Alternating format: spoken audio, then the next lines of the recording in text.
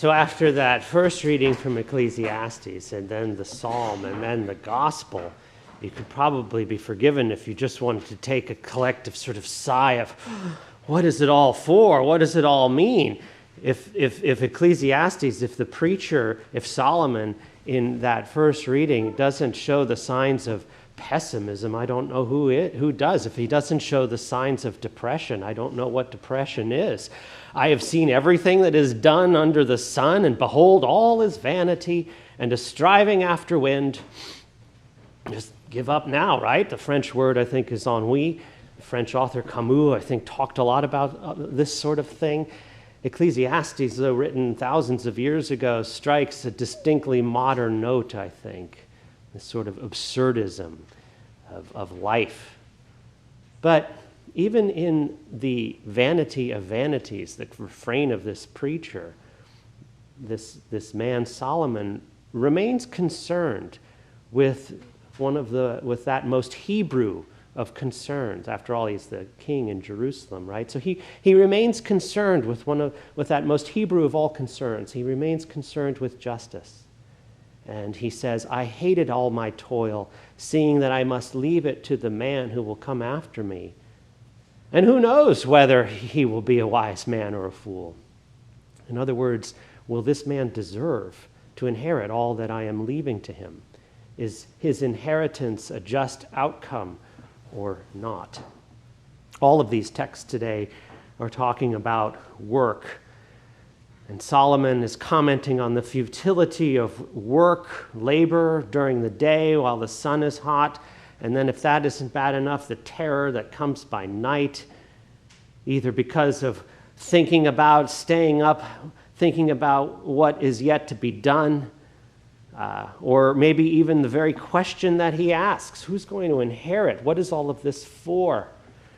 In the gospel, we read about a rich man who has a bumper crop and tries to set himself up for a lifetime of leisure, of eating and drinking and being merry, only to die that night. What was the point of that bumper crop?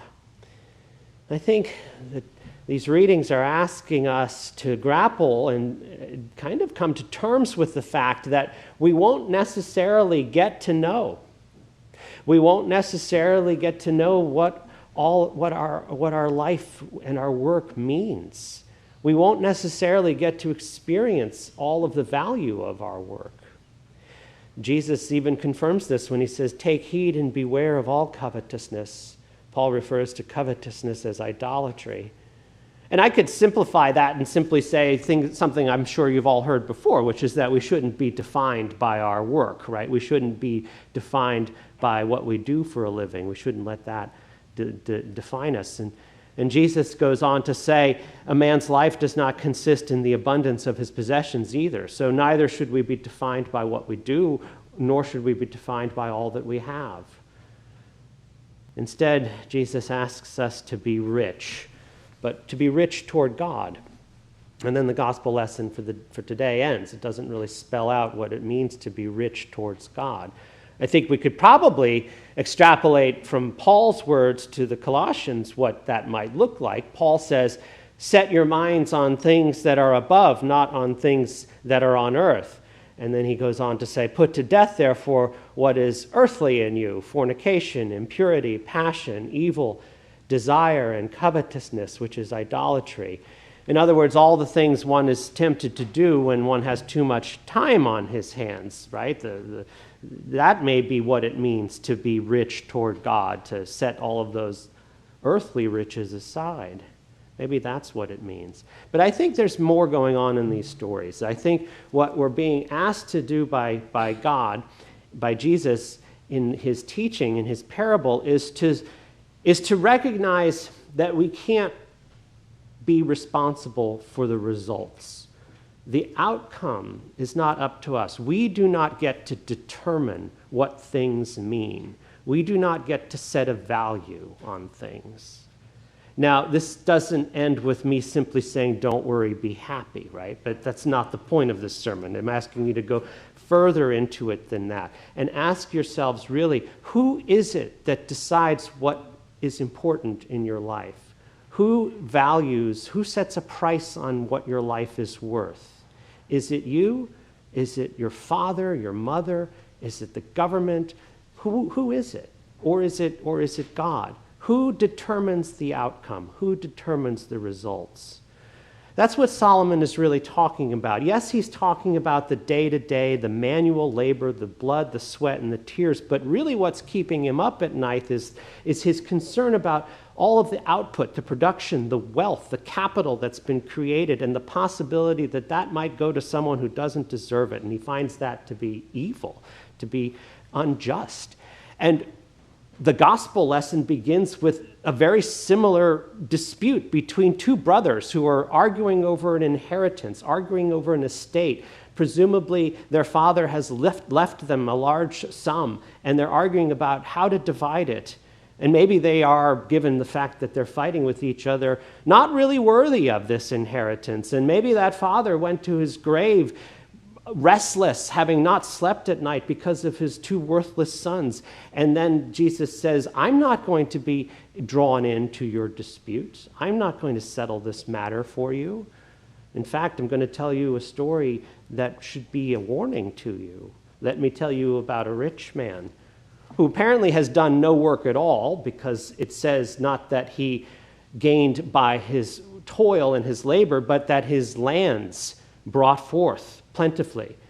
Now, land doesn't just bring forth plentifully. Somebody has to work it, so we can assume he had slaves, because that's how the economy worked back in those days. So here is a man who has already great wealth and is blessed with more great wealth, and he's not concerned with anything but the wealth. And he's only concerned with how to determine its meaning and its value and its outcome and what to do with it. And he decides on the practical solution of tearing down his barns and building newer, bigger ones, for which God rebukes him and says, "You fool, you can't decide what this is worth. You can't even decide who will own it tomorrow, because you will be dead. These things that you have prepared, whose will they be?" It's not for him to say. It's not for him to determine what things mean or what the outcome is. So at this point, I think we have two choices. We can continue to seize the day. We can adopt a kind of absurdist view towards life, which says, well, we never know when it'll be taken away from us, so live for today, right? And yes, it's all absurd. So I'm just going to live the way I can, the best I can. Maybe if I've got a moral compass, I'll try to do good things, but it doesn't really matter. That's one approach to this. Or we can do what the gospel, I think, asks us to do, which is to really understand who is the author of all of this, who gives us these blessings, who gives us the increase, who gives us the wealth, who gives us the health it takes to work.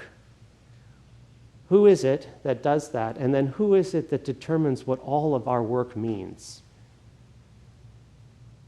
I think we're being asked to do the latter. I think we're being asked to set our burden down.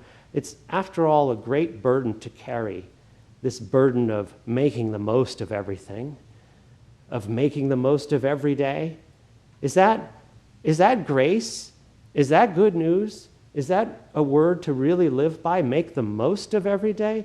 Because I don't know about you, but I get to the end of the day, which happens as I get older increasingly too quickly. The seasons roll by, the weeks roll by, the years roll by, the day is over before I know it. How can I possibly set myself to a standard of making the most of it? If I set myself to that standard, I think I'm apt to be disappointed. What is it that I'm being asked to do by Jesus? What is it that the gospel is asking me to do here?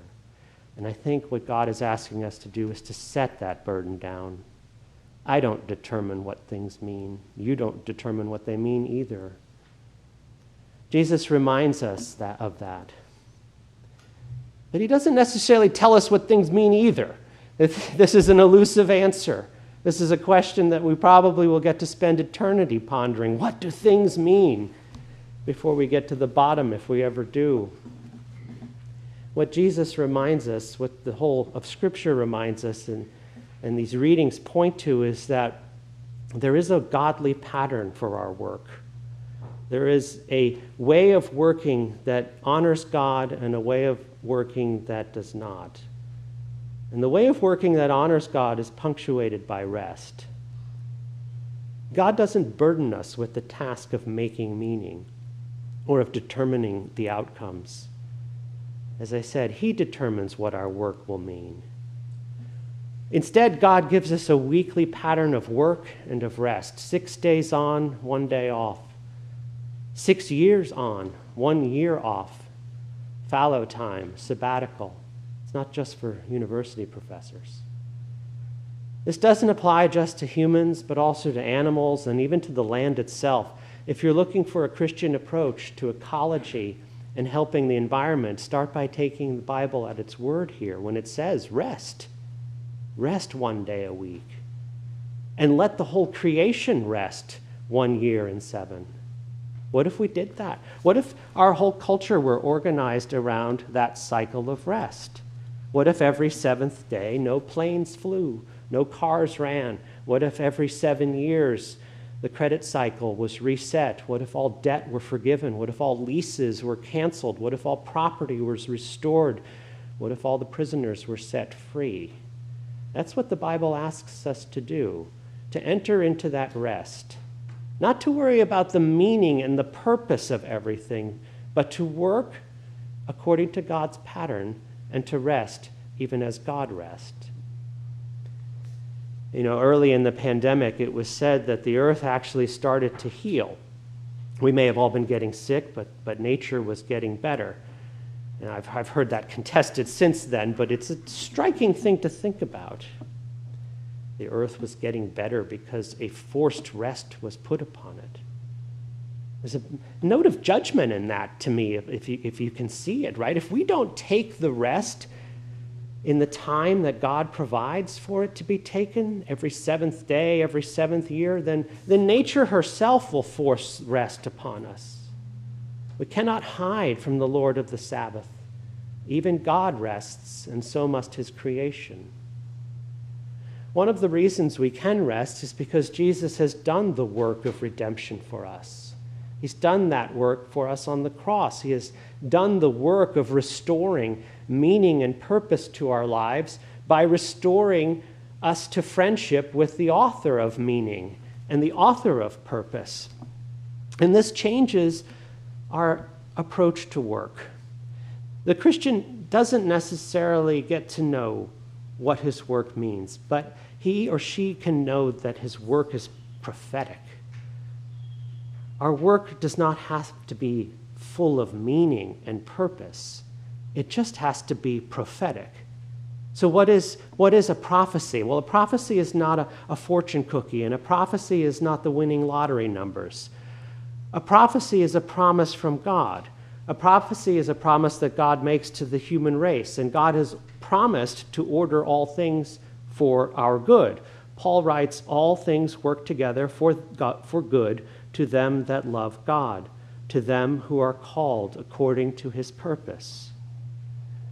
Ecclesiastes speaks of work being a vexation, but for the Christian, work becomes a vocation, a calling, because it's ordered by God. It's part of His plan. Its meaning and its purpose, though hidden to us, are determined by Him. And so our work and even our rest should bear witness to prophecy, should bear witness to God's promise that it all will work together for the good. Amen.